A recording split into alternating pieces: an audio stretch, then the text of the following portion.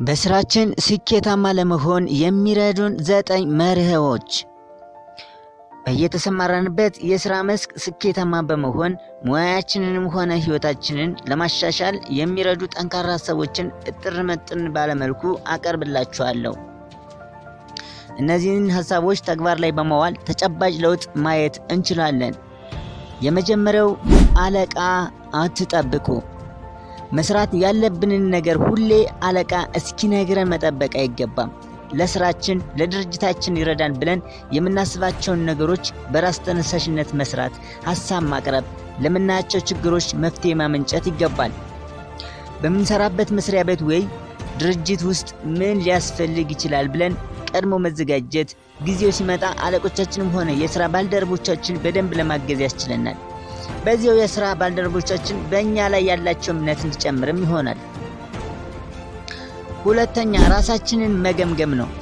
የተሰጠንን ኃላፊነት በምን አይነት መልኩ እየተወጣን እንደሆነ ሌሎች እስኪነግሩ መጠበቅ የለብንም።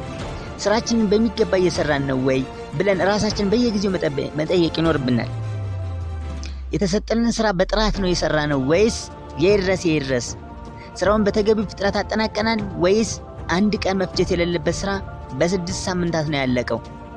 እነዚህንና መሰል ጥያቄዎችን ራሳችንን በመጠየቅ የበለጠ በስራችን ውጤታማ መሆን የምንችልበትን መንገድ እናመቻቻለን። ሶስተኛ ራሳችንን ሁሌ ማሻሻል። በተሰማራንበት ስራ ውጤታማ ለመሆን ለስራው የሚያስፈልገው ዕውቀትና ክህሎት ሊኖረን ይገባል። አንድ ጊዜ ከዩኒቨርሲቲ ተመርቀን ከወጣን በኋላ ትምህርት አለቀ ማለት አይደለም። አዳዲስ አሰራር፣ አዳዲስ ሳይንስ፣ አዳዲስ ደንብ ወዘተ ስለሚኖር በቀጣይነት ራሳችንን በእውቀት ማበልጸግ አለብን። አለበለዚያ ለስራ ምድባችን የሚኖረን ተስማሚነት ከጊዜ ጊዜ ተሸርሽሮ በምንሰራበት ቦታ ያለን ተፈላጊነት እጅጉን ይቀንሳል። በስራችን ላይ እድገት ለማግኘትም ሆነ አዲስ ኃላፊነት ለመቀበል አዳዲስ ዕውቀትና ችሎታ ማዳበር ጠቃሚ ነው።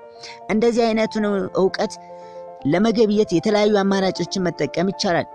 ለምሳሌ አብረውን ከሚሰሩት ሰዎች፣ ከኛ በልምድ ሆነ በእውቀት የሚሻሉ ሰዎችን እንደ ጥሩ አጋጣሚ ወስደን ከጎናቸው ሆነን የቻልነውን ያህል መማር እንችላለን። አራተኛ ሀሳባችንን መግለጽ ነው። በስራችን ላይ ውጤታማ ለመሆን ሌላው አስፈላጊ ነገር ሀሳባችንን በደንብ መግለጽ መቻል፣ ከሰዎች ጋር ጥሩ የስራ ግንኙነት ማዳበር፣ ላስመዘገብነው ውጤትም ሆነ በስራ ቦታችን ልናደርግ የምንችለውን አስተዋጽኦ ለሌሎች ማስረዳት መቻል ወዘተ ነው። ሙያ በልብ ነው።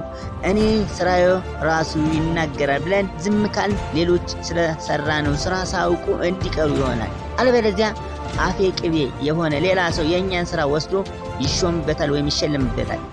ብዙ ዝምታም አንዳንዴ በራስ ካለመተማመን የመጣ ነው ብለው ሰዎች በተሳሳተ መንገድ ሊተረጉሙት ይችላሉ። ይህ ማለት ከመጠን በላይ እንድንኩራራ፣ እንድንታበይ ወይም ስለ ራሳችን እያወራን ሰዎችን እንድናሰለች ሳይሆን ተገቢውን ቦታና ጊዜ ጠብቀን ራሳችንን እንድናሳውቅ በስራችን ለማደግ ስለሚረዳ ነው። አቅማችንንም ሰዎች ተመልክተው ለተጨማሪ ኃላፊነት እንታጫለን። ይህ ራስን ማስተዋወቅ በስራ ካልታገዘ ወሬ ብቻ እንደሆነን ለማወቅ ሰዎች ጊዜም ስለማይፈጅባቸው ጥንቃቄ ያስፈልጋል። አምስተኛ ውጤት ተኮር።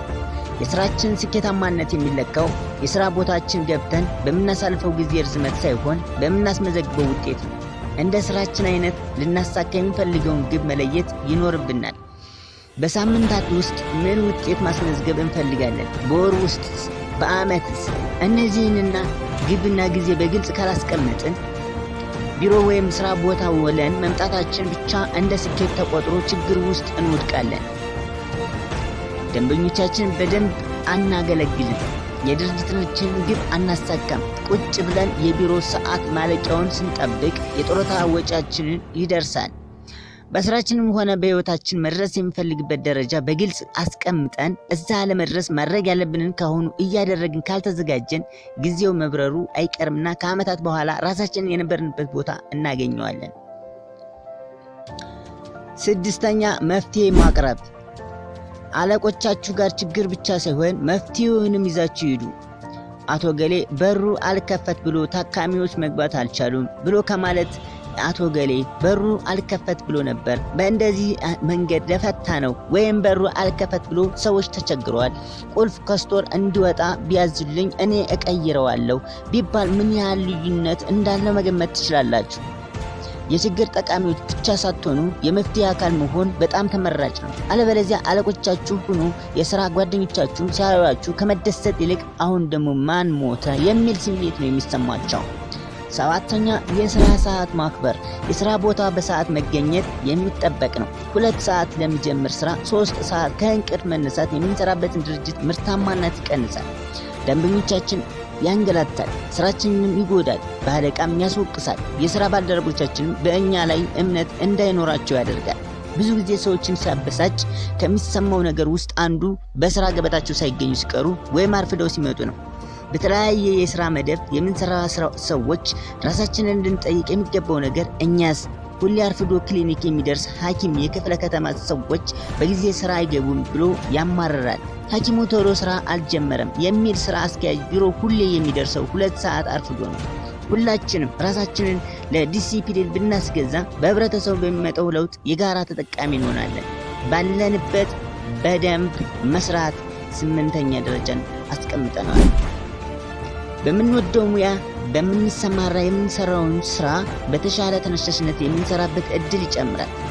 ቢቻል በምንወደውና በምንችለው የሥራ መስክ ብንሰማራ ጥሩ ነው። ያ ግን ሁሌ ወይም ወዲያው ላይሳካ ስለሚችል ባለንበት ቦታ የሚጠበቅብን እያደረግን ወደ ምንወደው ስራ የምንሸጋገርበትን መንገድ መፈለግ ማመቻቸት ይመከራል። አሁን ያለንበት ቦታ የመጀመሪያ ምርጫችን አይደለም ብለን ግን ስራችን ላይ መለገም አይገባንም።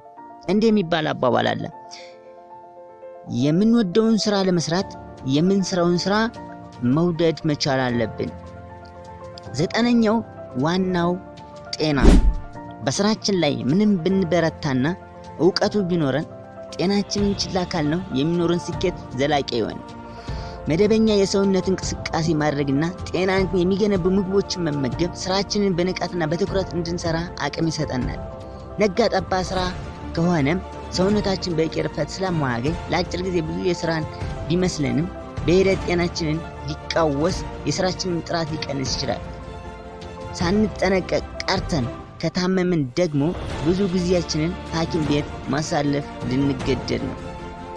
ቤተሰቦች ይህንን ያካፈልኳችሁ በሥራችን ውጤታማ እንድንሆን ስለሚያግዘን ነው። አመሰግናለሁ። መልካም ጊዜ ይሆንልን። ባይ ባይ።